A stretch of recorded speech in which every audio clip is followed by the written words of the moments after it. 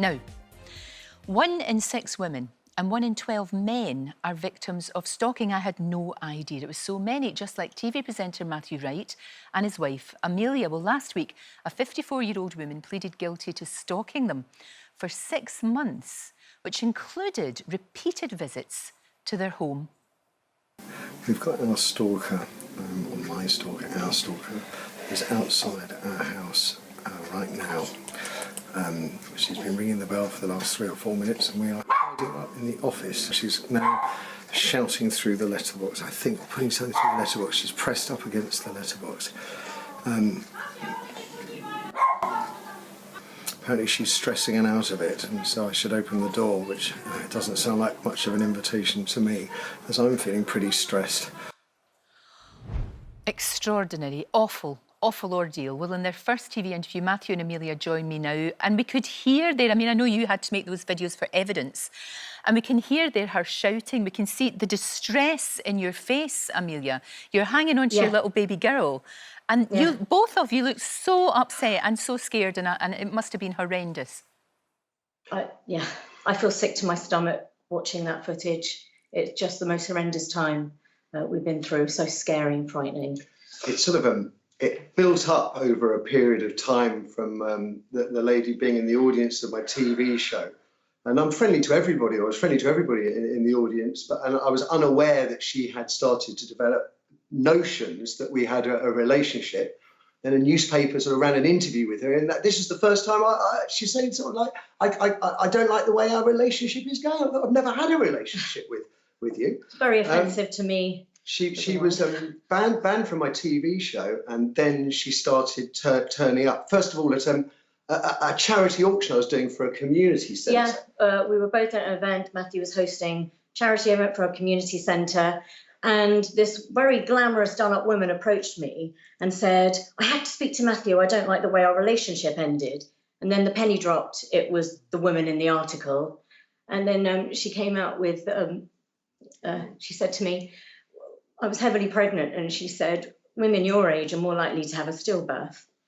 Oh. And I was just shocked to the core. I was on stage doing the auction, and she'd previously been on stage, and I hadn't recognised her either. But this time I clock her talking to Amelia, ran off the stage, grabbed Amelia, and we went home a sort of different route, because it's our local community centre, so that she wouldn't be able to find us. But of course, she had knew our address anyway from previous followings, and she then turned up a few days later and was... You were on your own? I was on my own, and she was shouting through the letterbox, I'm going to find the maternity ward where you are, and I'm going to wait outside for you and the baby.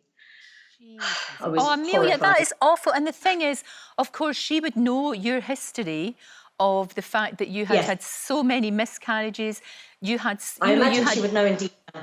Yeah, you had difficulty conceiving. That is beyond cruel to say that to you. Yes. It went on the final visit, because we obviously got the police involved, and they'd had a word with her, and that didn't seem to do any good. And the final visit, when I was in the house with her, she's saying things, I want to hold the baby, I want the baby. Yes, because just after Cassidy had been born, she turned up on the doorstep.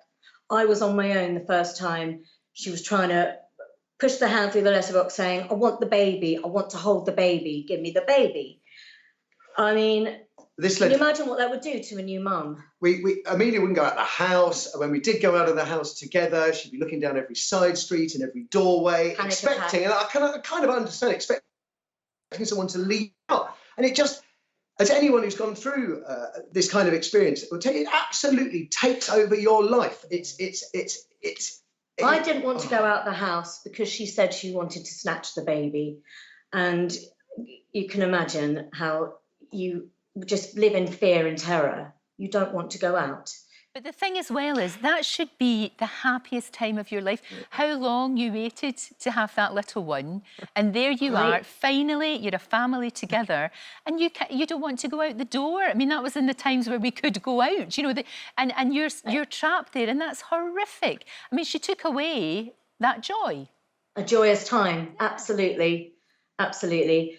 And then the last time she came round, Matthew was there, but it sort of she got more hysterical and it got more serious, where she said, I want the baby, I want to take care of the baby, give me the baby.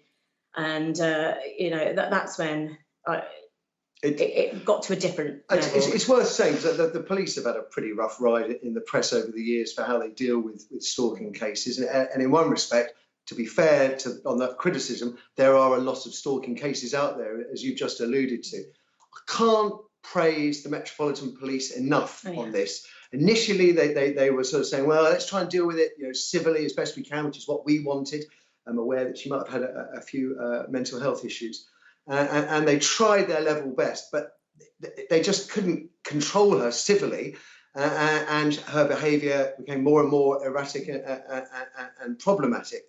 And after that incident in the house with the iPad evidence and our CCTV, they were brilliant, absolutely brilliant. And of course, and there's no choice when someone wants your baby. Oh, for goodness sake, I know, Amelia.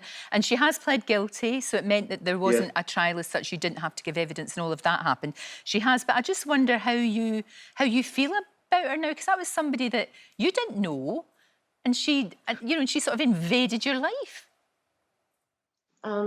Well, it's cast a long shadow over me. I'm still kind of shaken by the whole thing and feel upset. I mean, obviously, I hope help is given for this, but it's left me emotionally scarred. I think Amelia's understandably having a much harder time reconciling it, I think, than I have. I think being subjected to it on your own in a house while heavily pregnant or with a little baby is a very, very different experience. That said, you know, even slight women, you know, harassing big men is still a problem, and it shouldn't be treated lightly. You know, some of the papers referring to as a super fan. Well, I'm a super fan of the band Hawkwind in the background. I don't turn up at their house and threaten to take their baby. It's not a joke. You know? These things are not. It's a joke, and they shouldn't be treated like it. It just affects every single aspect of your life. Now, we did say, I had no idea how common this was, Matthew. I really didn't, and how much of a problem it is for people. And I know that some people watching this morning are probably going through the same sort of hell that you went through. Would you have any advice for them? What would you say? I know the police, that you get different responses in different areas, but in our experience, they were absolutely brilliant. Although it took a while, you know, initially it was, we hear a lot of these cases, but you have to be a sort of citizen officer yourself and gather evidence. It's no good just saying there's someone outside my house. And once we had the sort of video evidence, it really created a case that without that case, I would imagine she could still be turning up, she could be outside our door now. So it's really made a difference. The police can be fab. I think if I could go back, I would get the police involved from the first visit when I was pregnant, and not wait for me to be holding a baby, feeling threatened that someone's going to take it. That's what I would have done differently. I can't imagine what both of you went through. It's absolutely horrific. I really appreciate you talking about it this morning. I know it will have helped a lot of people, especially the sound advice that you gave. Just enjoy your beautiful, beautiful daughter. And I'm just so sorry that time was taken away from... Oh, look. She is so cute. She is so cute. Lovely, lovely little girl. Thank you. Thank you so angel. much. And thank you, Lorraine. You know, all the way through, you've been, through my difficulties, this difficulty, you've been absolutely fabulous. Can't thank you enough. Oh, cheers, guys. I'll see you real soon. Thank you. Thank you so much. Oh, that's a terrible thing that they've gone through. I'm so glad that it's hopefully all over now. Don't forget, you can watch full episodes of Lorraine on the ITV Hub, and all the best clips, compilations and playlists right here on our channel. Just subscribe now and you'll never miss an upload. Click here to watch another video similar to this one, or click here to head to our channel's homepage to explore all of our exciting videos.